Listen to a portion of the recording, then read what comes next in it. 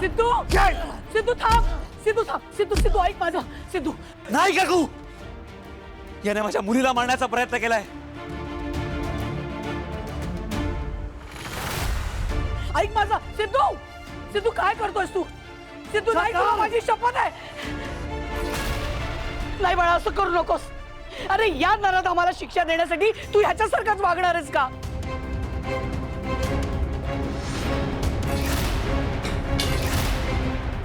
काकू या माणसाला आत्ताच्या आत्ता माझ्या डोळ्यासमोरून निघायला सांग.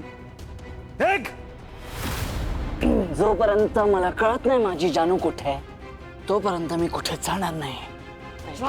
सिद्धू सिद्धू सिद्धू ऐक म्हटलं ना माझं ऐक सोड त्याला सोड.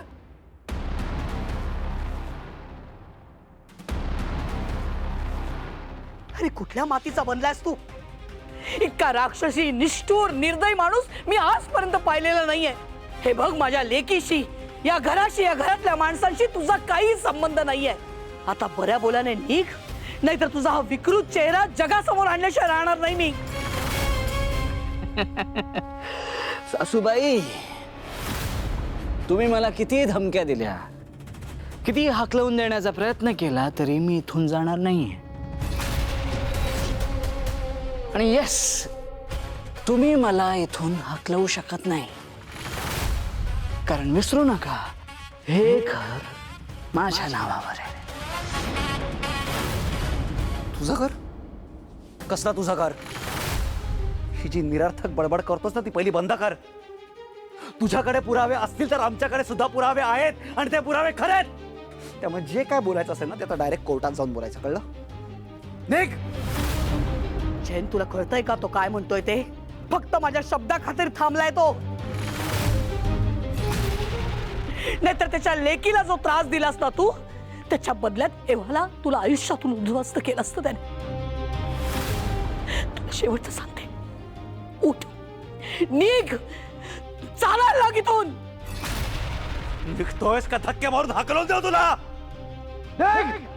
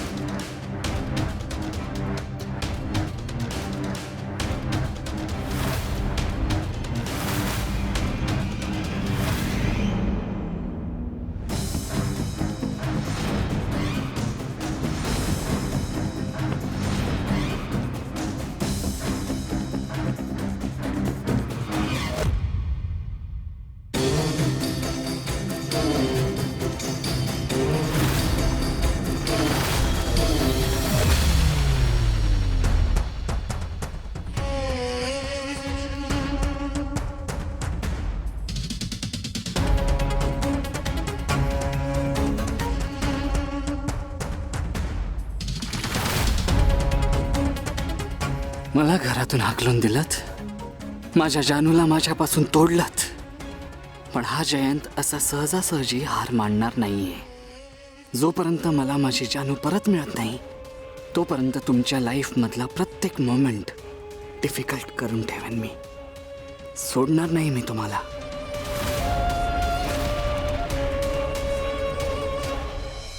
हा जयंत इतक्या खालच्या थराला जाईल असं वाटलं नव्हतं. स्वतःच्या स्वार्थाकरता त्यानं लहानग्याचा जीव घेण्याचा प्रयत्न केला. अरे याच्यापेक्षा एखादं जनावर परवडलं. पिसाळलेलं जनावराला निदान दाबता तरी येतं. याच्या बाबतीत तेही करू शकत नाही आपण.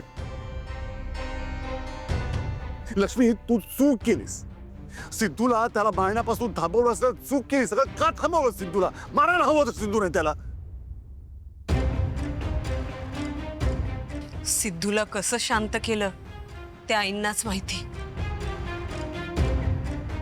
खूप चिडला होता सिद्धू. दुसऱ्या माणसाची तर तोंड काळं करून भिंड काढली पाहिजे. बरोबर आहे तुझं. बरोबर बोलतेस तू. लॉकअपची हवा खाऊन आलाय पण अख्खा ठिकाणावर आलेली नाही याची. याचा ना चांगला बंदोबस्त करायला पाहिजे. कसा काय करणार आहात बंदोबस्त? सांगा ना कसा करणार आहात बंदोबस्त? अहो या घराचे पेपर सही करताना जरा वाचलं असतं तर ही वेळ आली असती का? पण नाही. आला जयंत परत. तुम्ही जर तेव्हा काळजी घेतली असतीत ना तर आज मी स्वतः जयंतला घराच्या बाहेर काढलं असतं धक्के मारून. पण नाही, शक्य नाही, ते तुमच्यामुळे झालंय. संतोष, तू संतोष दादा, अरे तू का विनाकारण आईबाबांना बोलतोयस? घराचं अग्रीमेंट झालं तेव्हा त्यांना माहित सुद्धा नव्हतं की जयंत असा विकृत स्वभावाचा आहे ते. म्हणून त्यांनी विश्वास ठेवला ना त्याच्यावर. उगाच कशाला बोलतोयस त्यांना? त्यांना का नको बोलू? अगं, माणसांना ओळखण्यात एक्सपर्ट आहेत नाही. मग जयंतचा खरा चेहरा त्यांना कळला नाही. बास संतोष दादा, बास. उगाच काका काकूंना बोलू नका. खरं तर हे की आपण सगळ्यांनी जयंतला ओळखण्यात चूक केली हेच सत्य आहे. आणि खरं सांगू तर मला असं वाटतंय की हा जयंत जान्हवीला परत मिळवण्यासाठी, या घरातला हक्क परत मिळवण्यासाठी कुठल्याही थराला जाऊ शकतो.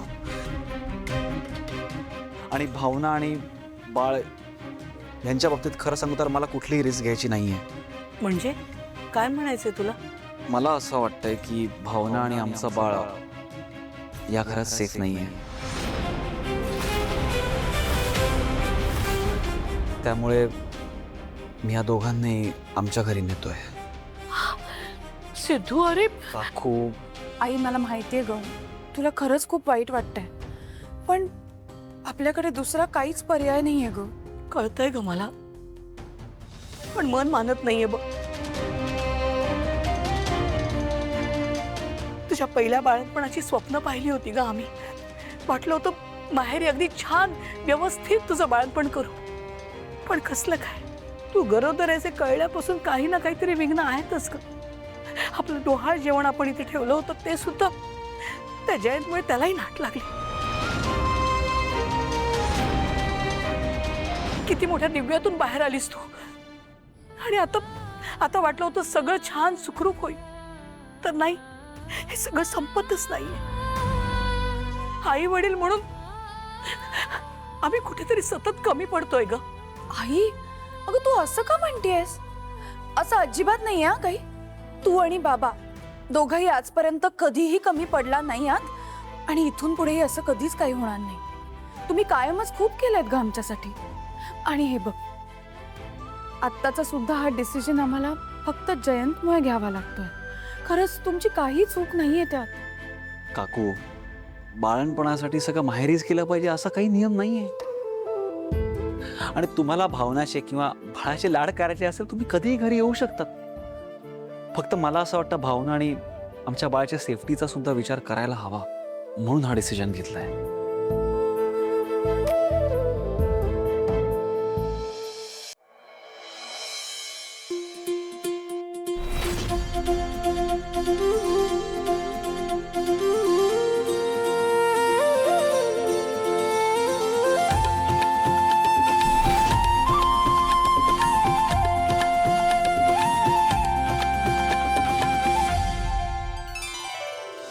ए करा लवकर. आई शपथ, काकू कसली भारी रांगोळी काढली तुम्ही. हा? ही रांगोळी बघून आहे ना सिद्धू, भावना आणि बाळ तिघही खुश होणार आहेत. आणि बाळ तर काय म्हणणार माहितीये काय? आजी छान रांगोळी काढली आजी, आजी. महेश, आणि काकू तुमचं काम आहे ना एक नंबर असतं. अरे विषय आहे का? काकूंचं काम एकदम भारीच असतं बघ. तुझी कामं झाली काय तुला सांगितलेली? यांचं झालंय मिठाई, आपलं फटाके, यांचं काय? अरे सगळं आणलंय, तू कशाला टेन्शन घेतोयस? आणि मिठाई तर गाडी भरून आणली आहे. अरे वा वा वा.